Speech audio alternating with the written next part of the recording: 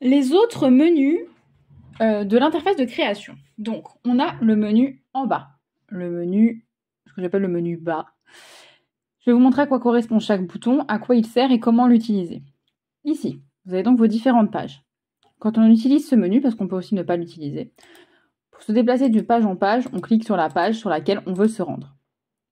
Il nous sert aussi à réorganiser les pages. Par exemple, je veux que cette page-là, avec les 3 livres, passe en page 2. Je me mets dessus, je reste appuyée et je la fais glisser jusque là où je veux qu'elle atterrisse. Donc, ma page 9 devient ma page 2. Ensuite, je vais la remettre là pour après.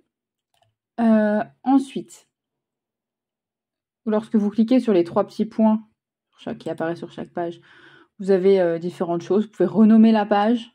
Vous pouvez ajouter une page, dupliquer cette page, supprimer cette page, la masquer à la présentation parce que vous n'avez pas fini de travailler dessus ou que vous envisagez de la modifier. Enfin bref, vous pouvez la transformer en tableau blanc.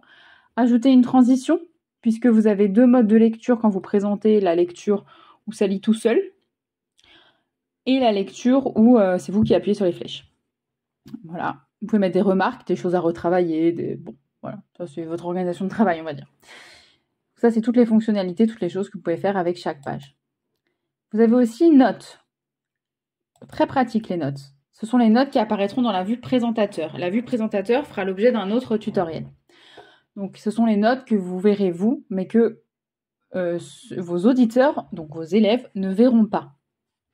Voilà, ça peut être pratique, toutes les choses importantes, les choses à se rappeler, les choses à dire, enfin, vos notes de cours, en fait, vous pouvez les mettre là. Vous pouvez voir la durée, si vous faites une lecture automatique.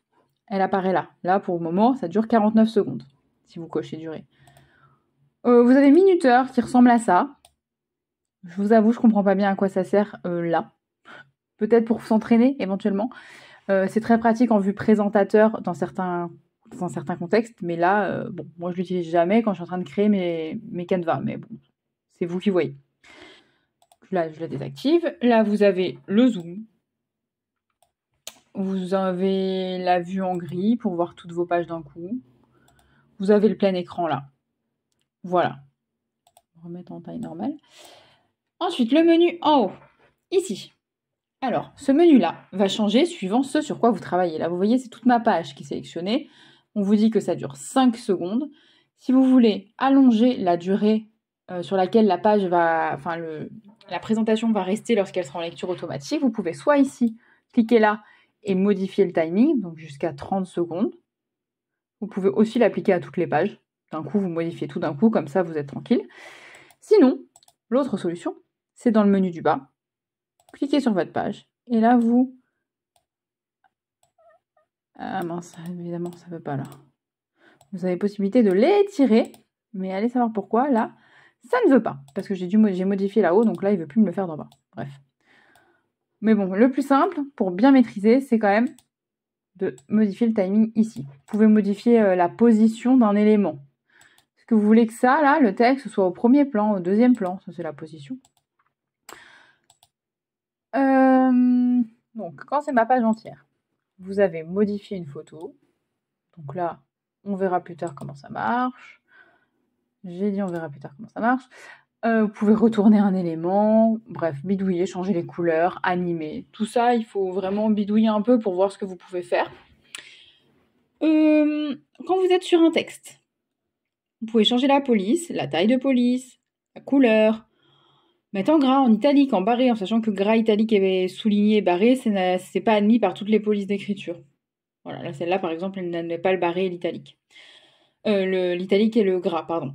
Vous pouvez passer de minuscule au majuscule, vice-versa. Vous pouvez mettre voilà, l'alignement, les listes, l'espacement. Alors, l'espacement entre les lettres et l'espacement entre chaque ligne. Les effets. Qu'est-ce que vous voulez qu'il y ait des bordures? Est-ce que vous voulez qu'il y ait une ombre? Enfin, aucun, vous qui voyez. Les animations. Donc, comment vous voulez que ce texte, il arrive, ou cet élément, parce que ça marche pour tous les éléments, arrive. Comme ça, comme ça, comme ça. Bref, c'est vous qui voyez. La position, donc. Alors, le menu position, il est un peu complexe. Alors là, bah celui-là, il est déjà... En fait, on ne peut pas le changer, il n'y a rien en dessous. Mais ça, par exemple, vous pouvez le reculer, vous le mettre sous le livre, ou carrément tout derrière, ou carrément tout devant. Voilà. Sinon, vous avez les calques. Là, vous faites glisser les calques pour l'ordre, mais franchement, c'est beaucoup plus simple de passer par organiser. Vous pouvez aussi bloquer un élément. Comme ça, une fois que vous avez travaillé dessus, il est là, vous n'y touchez plus. Et vous avez la transparence, à quel point vous voulez que votre élément soit opaque. Voilà. Bidouillez. Au début, c'est ce que je vous conseille le plus en fait. Bidouillez, testez, amusez-vous et vous verrez que souvent en bidouillant, on fait des trucs super sympas. Ensuite, vous avez le menu en haut, là, avec accueil, mais pardon, on ne va pas cliquer dessus parce que sinon ça nous ramène à l'accueil. Fichier. Donc en fait là, c'est l'équivalent de fichier dans Word, hein, vraiment. Les paramètres d'affichage, enregistrer, en sachant que c'est automatique du moment que le petit nuage là, il est coché comme ça, bah, c'est qu'on est bon. Télécharger, vous avez plein de formats qui sont proposés. On verra ça dans un autre tutoriel. Dupliquer, enregistrer, enfin voilà. Là, moi j'y vais jamais dans ça, à part quand je veux télécharger mon design en fait, qu'il est terminé et que je veux le télécharger. Voilà. Et la transformation magique, ça, il y a deux choses principales. Transformer en document, donc transformer en docs par exemple, si vous voulez transformer votre PowerPoint en cours. Je ne l'ai jamais testé, mais on m'a dit que c'était super. Donc, ça se tente.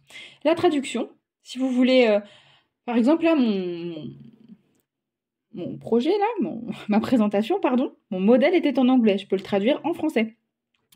Et vous pouvez redimensionner. Par exemple, je veux que ma présentation, elle soit au format Instagram, publicité Instagram ou publication Instagram. Il va me la redimensionner pour que ça soit toujours pareil, mais que ça ait les dimensions d'une publication Instagram. Voilà. Ça peut être pratique, mais à vous de voir ce que vous faites de cette information-là.